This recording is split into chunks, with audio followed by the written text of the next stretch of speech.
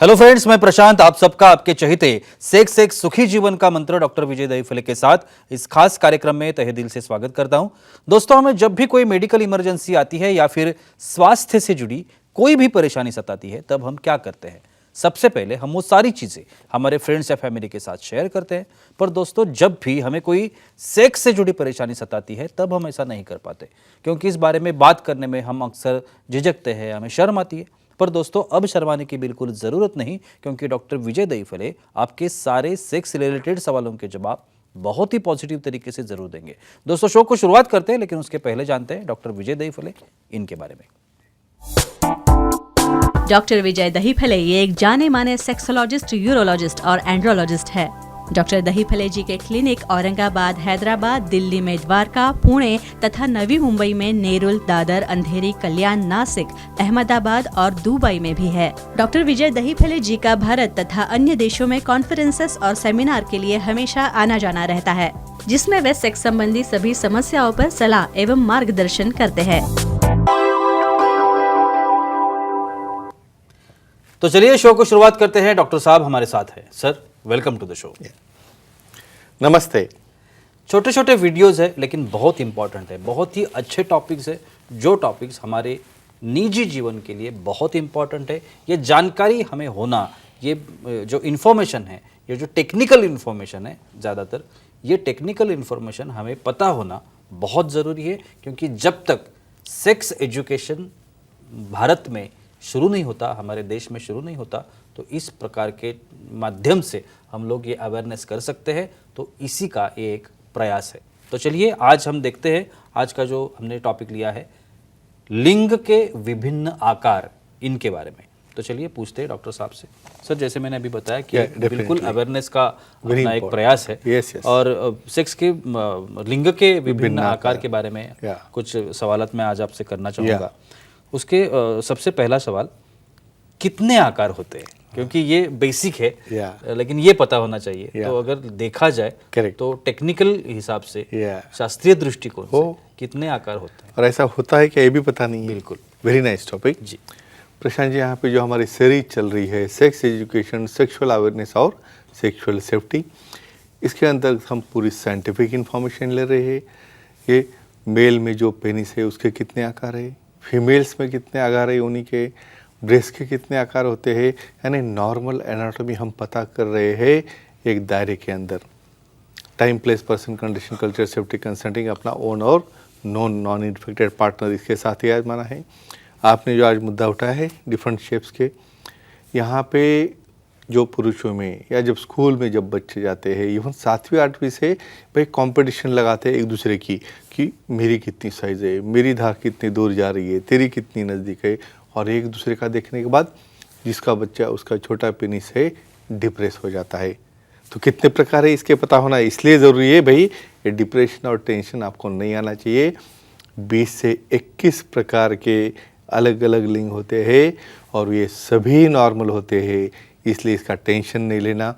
क्या क्या अलग अलग आकार है, प्रकार है, देखेंगे। और सर, ये सुनने के बाद एक इम्पोर्टेंट सवाल मन में आता है कि किस आधार पर, किस बुनियाद पर ये निश्चित किया गया होगा क्लासिफिकेशन कि किया है, ये ऐसे आकार होते हैं। तो ये डिफाइंड कैसे किया जाता है? श्योरली जी। एक तो उसके दो प्रकार आएंगे। एक तो उसका है शेप और साइज में फ़र्क है। शेप यानी भाई उसका आकार राइट साइड डेविएशन है या लेफ्ट साइड डेविएशन है, अपवर्ड है, डाउनवर्ड है, ये आ गया डेविएशन के ऊपर, ये एक आधार हो गया।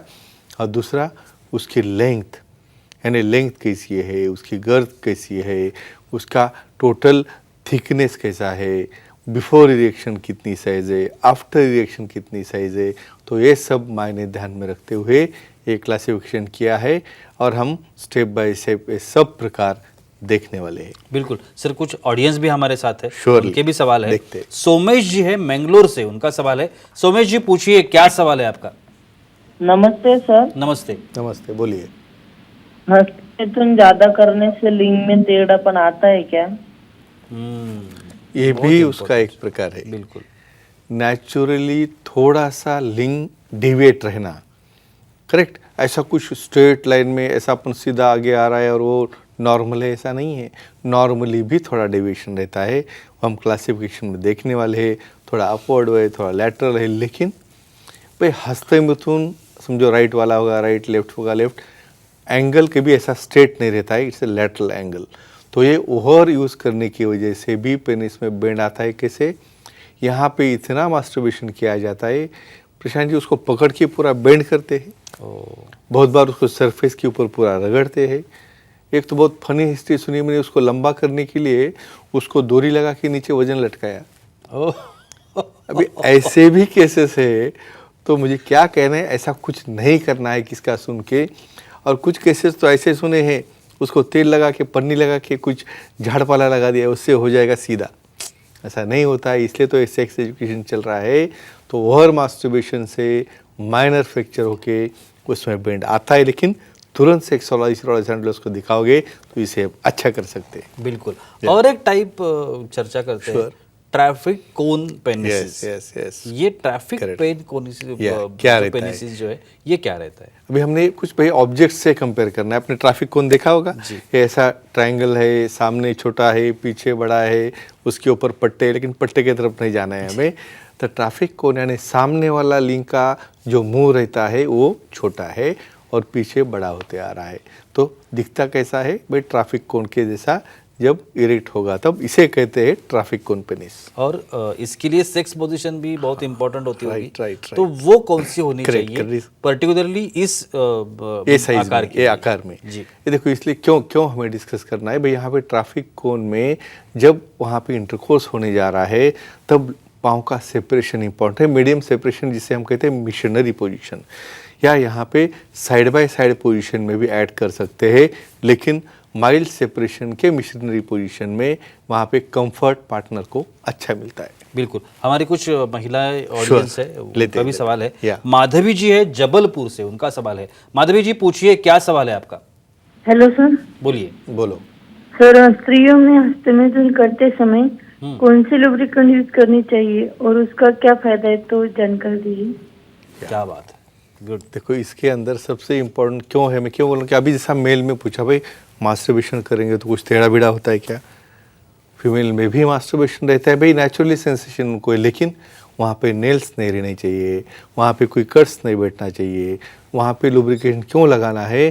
क्योंकि विदाउट लुब्रिकेशन आप करोगे तो वहाँ पे वो एन्जॉयमेंट नहीं मिलेगा। तो कौन से लुब्रिकेंट यूज करना है आपको? ये वाटर बेस्ड लुब्रिकेंट है, सिलिकॉन बेस्ड लुब्रिकेंट है, और ये केयर लेनी है भाई वो लुब्रिकेंट की कोई आपको एलर्जी या कोई रिएक्शन ना हो, इसलिए विशेषज्ञ से मिलके ही उसे यूज करें और डेफिनेटली प्लेजर मिलने में इसका अच्छा फायदा होता है। और एक सवाल आया था बीच में, श्योर। मशरूम हेड पेनिसिस। यस। उन्होंने पूछा था कि ये मशरूम हेड पेनिसिस correct. क्या होते हैं, हाँ। कैसे होते हैं? करेक्ट। तो थोड़ा सा उनको भी बताइए। अब यहाँ पे क्या करते हैं, वो ट्रैफिक कोन को उल्टा करते हैं। जी। मशरूम हेड क्यों बोला? भाई सामने का जो पार्ट है वो बड़ा है और पीछे छोटे होते जा रहा है, तो मशरूम ऐसे दिखता है, तो इसे कहते हैं मशरूम हेड पेनिस। जहाँ पे आपका ग्लास पेनिस बड़ा हो और पीछे छोटा होते जा रहा है। कुछ ऐसी चीज़ें भाई, नया नया पार्टनर ऐसे देखेगा ना, घबरा जाता है भाई, इतना बड़ा साइज है, अभी मेरा क्या होगा इसके अंदर, लेकिन नहीं रहता है ऐसा। नेचुरली भी उसको क्या करना है क्या नहीं देखेंगे। और बिल्कुल। और ऐसा कहते हैं कि अगर ऐसा पेनिस है हाँ। तो लुब्रिकेंट यूज करना चाहिए। तो इसी को कंटिन्यू करता जी हूँ। बिल्कुल। तो बहुत बार नया पार्टनर होगा तो हमें उसे कॉन्फिडेंस में लेना है। क्यों हम बोलते हैं फोर प्ले करो, पहले गप्पे मारो, धीरे धीरे उनको इन्वॉल्व करो। लुब्रिकेंट क्यों यूज़ करना है? नया वहाँ पे लेवल सेपरेशन इजीली नहीं होता, वहाँ पे हीमन टाइट रहता है। तो ऐसे केसेस में लुब्रिकेंट यूज़ करने से वहाँ पे पेन नहीं होता। वहाँ पे इमीडिएट बहुत बार जो डर रहता है उनके मन में, इतने बड़े पेनिस से वहाँ पे कोई इंजरी तो नहीं होगी या हीमन को तो कुछ डैमेज नहीं होगा, तो ये नहीं होता है ये लुब्रिकेंट यूज़ करने से। बिल्कुल। बहुत ही अच्छी जानकारी थी आज के एपिसोड Thank में, you. लेकिन वक्त की पाबंदी है, Sure. हमें यहाँ पे रुकना पड़ेगा। लेकिन आप अगर डॉक्टर साहब की सलाह लेना चाहते हैं तो स्क्रीन पर आप अभी डॉक्टर साहब के कॉन्टैक्ट डिटेल्स दिख रहे हैं, जिसमें डॉक्टर साहब के फ़ोन नंबर्स है, ईमेल है, वेबसाइट है। एक वेबसाइट है www.andrologistvijaydevipalli.com। इस वेबसाइट पर अगर आप जाते हो तो डॉक्टर साहब के अपॉइंटमेंट बुक कर सकते हैं। महाराष्ट्र में जितने भी डॉक्टर साहब के सेंटर्स है उन सभी की वहाँ पे जानकारी है। आप किधर कहाँ डॉक्टर साहब को मिल सकते हैं वो हम वहाँ पे देख सकते हैं। दूसरी बात, नवी मुंबई के लोगों के लिए, नवी मुंबई में खारघर में मेडिकवर नाम का हॉस्पिटल जहाँ पे आप डॉक्टर साहब ने नई ओपीडी उनकी शुरू की है, तो आप वहाँ पे जा सकते हैं, डॉक्टर साहब से मिल सकते हैं, सलाह ले सकते हैं, डॉक्टर साहब का मार्गदर्शन ले सकते हैं, और चाहिए तो आप वहाँ पे उपचार भी ले सकते हैं। तो बहुत ही पॉजिटिव तरीके से अपनी हर एक समस्या का समाधान आप डॉक्टर साहब से पा सकते हैं। तो चलिए रुकते इस एपिसोड में, अगले एपिसोड में फिर मुलाकात होगी, तब तक के लिए शुक्रिया।